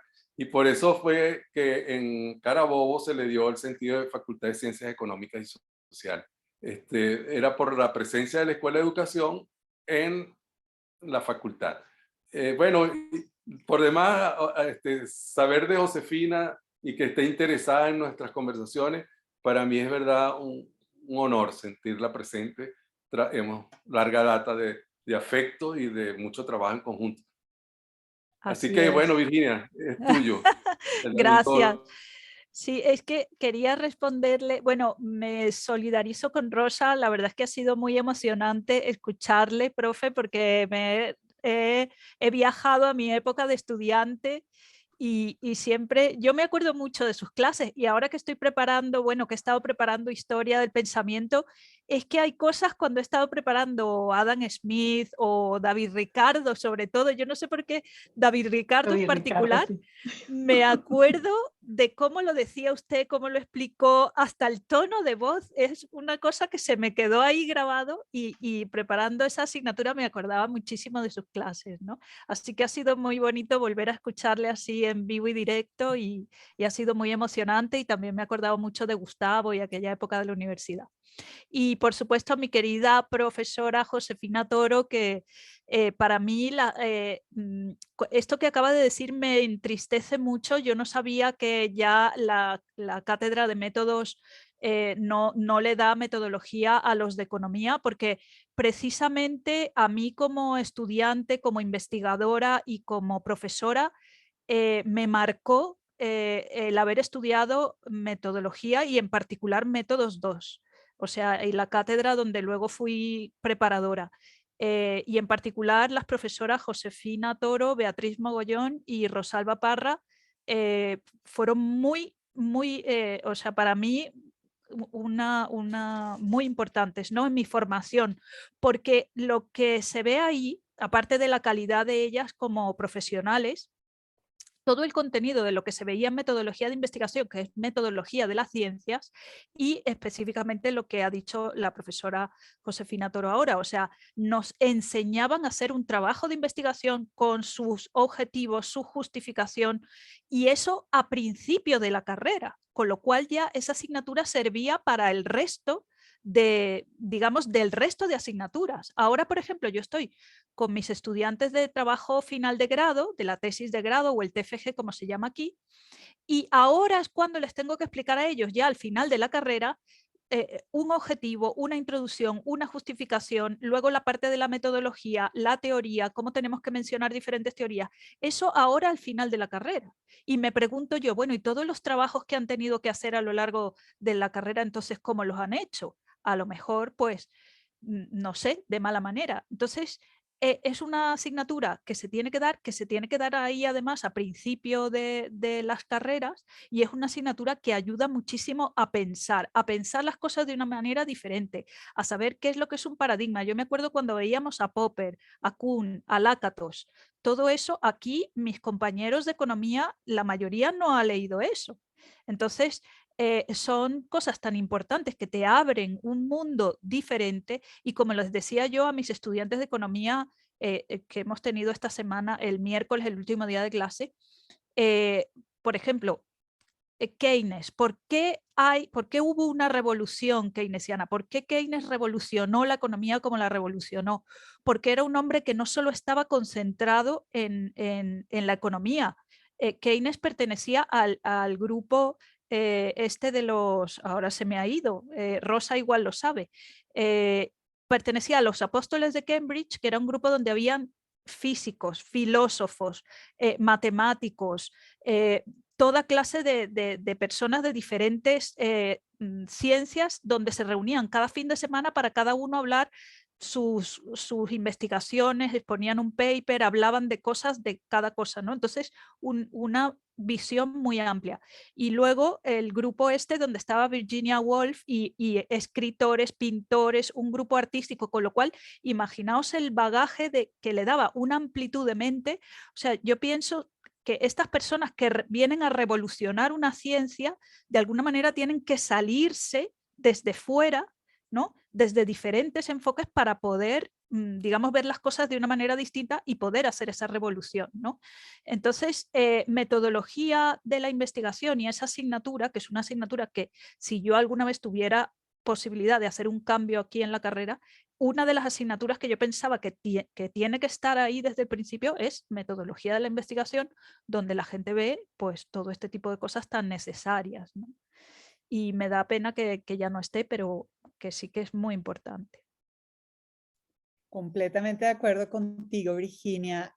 La metodología de la investigación es importante no solo para el estudio de la economía, pero para cualquier otro tipo de desarrollo del conocimiento.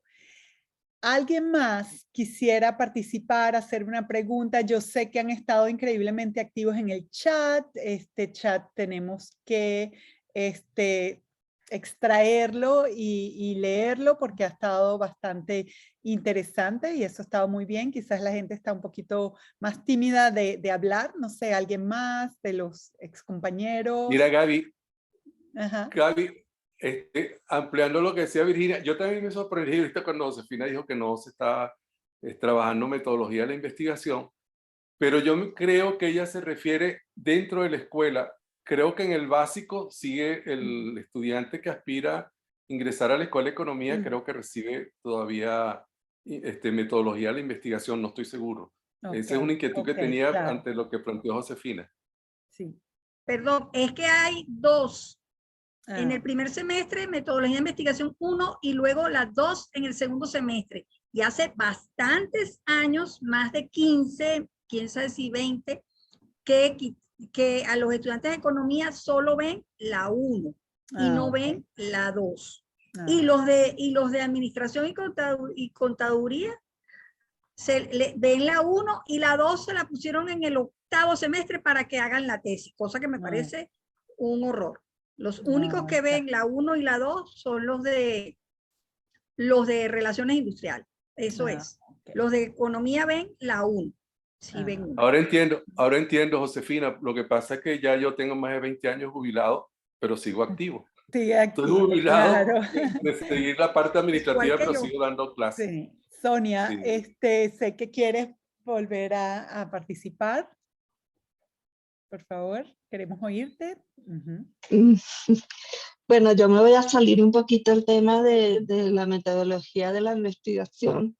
Es que estuve viendo el chat que sí está muy nutrido y descubrí que Virginia me había hecho una pregunta en el chat de si yo tenía alguna idea de por qué algunos equipos llegaban más rápido a la cantidad de equilibrio que otros equipos. Pues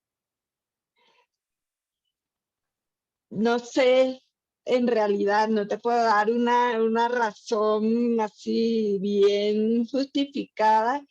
Sin embargo, mi intuición me dice que es posible que sea como una suerte de dinámica entre tuvimos suerte y la pegamos, pero la otra es que Yo no sé si hice el suficiente énfasis durante la realización de todo el experimento estaba proyectado en una pantalla pues, un poquito grande en el salón, la hoja de Excel. Entonces, conforme los estudiantes iban anunciando sus cantidades, la hoja de Excel ya va reportando precios, beneficios, y entonces eso es otra cosa que tal vez no enfaticé en mi presentación, muy linda de los experimentos, es que hay como un elemento colectivo de generación de conocimiento, en donde ellos pueden ver los resultados de los otros equipos que estaban dentro de su mismo mercado y aprovechar ese dato adicional en su propia toma de decisiones. Entonces yo sí creo que hubo allí, pues bueno, uno que a lo mejor alguno tenía cierta claridad del modelo teórico que estaba atrás, otros simplemente la adivinaron, ¿no? Y otros que simplemente se fijaban de lo que estaba pasando con los otros equipos e incorporaban esa información en su proceso de decisión. Interesante. Sí, muy interesante. Increíble. Sí.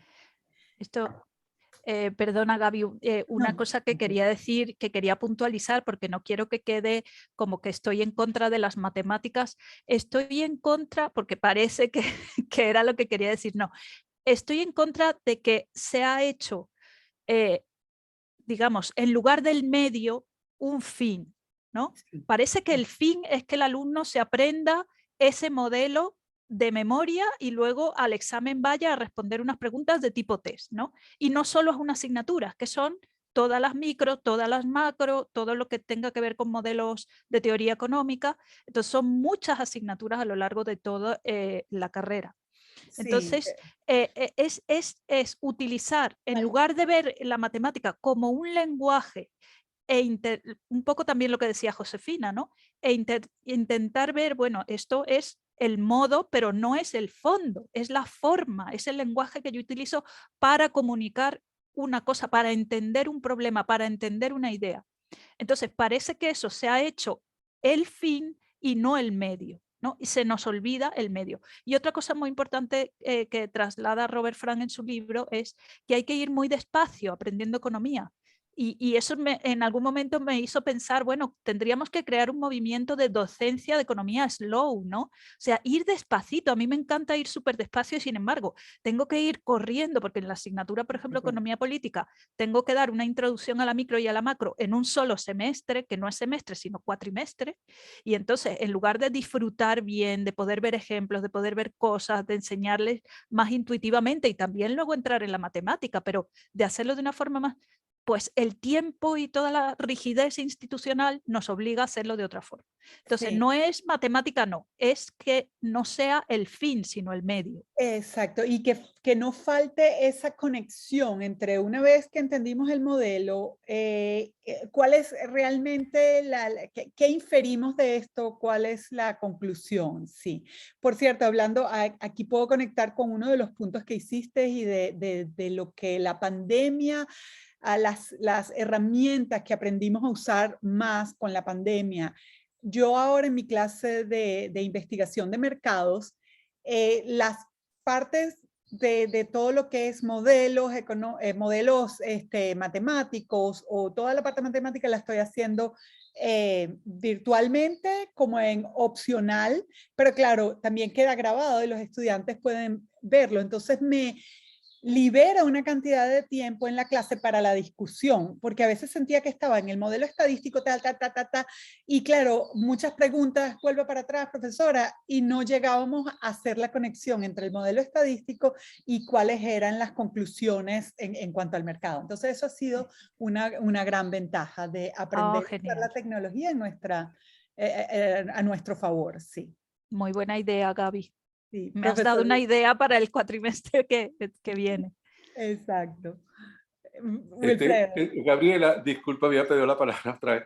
Mira, no, lo que quería era informarles que precisamente ahorita voy de jurado de una tesis doctoral de un egresado de nuestra escuela, Lenín Crespo.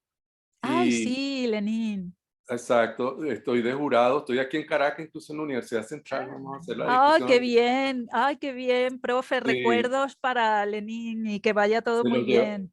Se lo llevaré, pero Sí. quise hacer referencia, uno, que me tengo que retirar, y segundo, Sí, que todo. precisamente la dedicatoria de la tesis doctoral de Lenin es, entre otros, a Gustavo Guevara. ¡Ay, qué Y a bonito! J.M. Cartella también, pues sus dos Sí, grandes profesores. sí.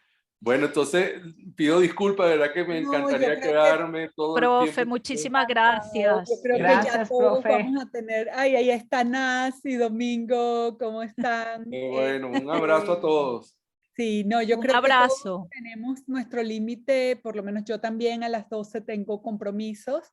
Fue muy interesante haber estado aquí con todos ustedes, el intercambio de ideas, el chat, como digo, hay que extraerlo y leerlo y tenerlo presente porque ha sido, bueno, muy, muy interesante. Gracias a los ponentes, gracias a todos los que participaron y bueno, manténganse allí pendientes de que siempre seguiremos con nuevas actividades. Así es. Comentan Gracias. lo del canal, por favor, comenten lo del canal. Sí, tenemos el canal de homenaje a Gustavo Guevara. Luego yo, por mis redes, por mi Twitter, que es B de Virginia, Rosales 74, ahí pondré en el Twitter el enlace a las ponencias que hay publicadas y cuando podamos publicar esta, pues también va a estar. Sí, perfecto. Muchas gracias. Todos. Gabriela, Gracias. no grabé el Al inicio, principio ya vi, se nos perdóname. olvidó siempre. A mí me pasa todo el tiempo con las clases y tengo que volver a empezar porque se olvida uno de grabar. Bueno, Discúlpenme. muchísimas gracias a Bueno, todos. gracias. Gracias, gracias. Adiós, Ya profe. retomaremos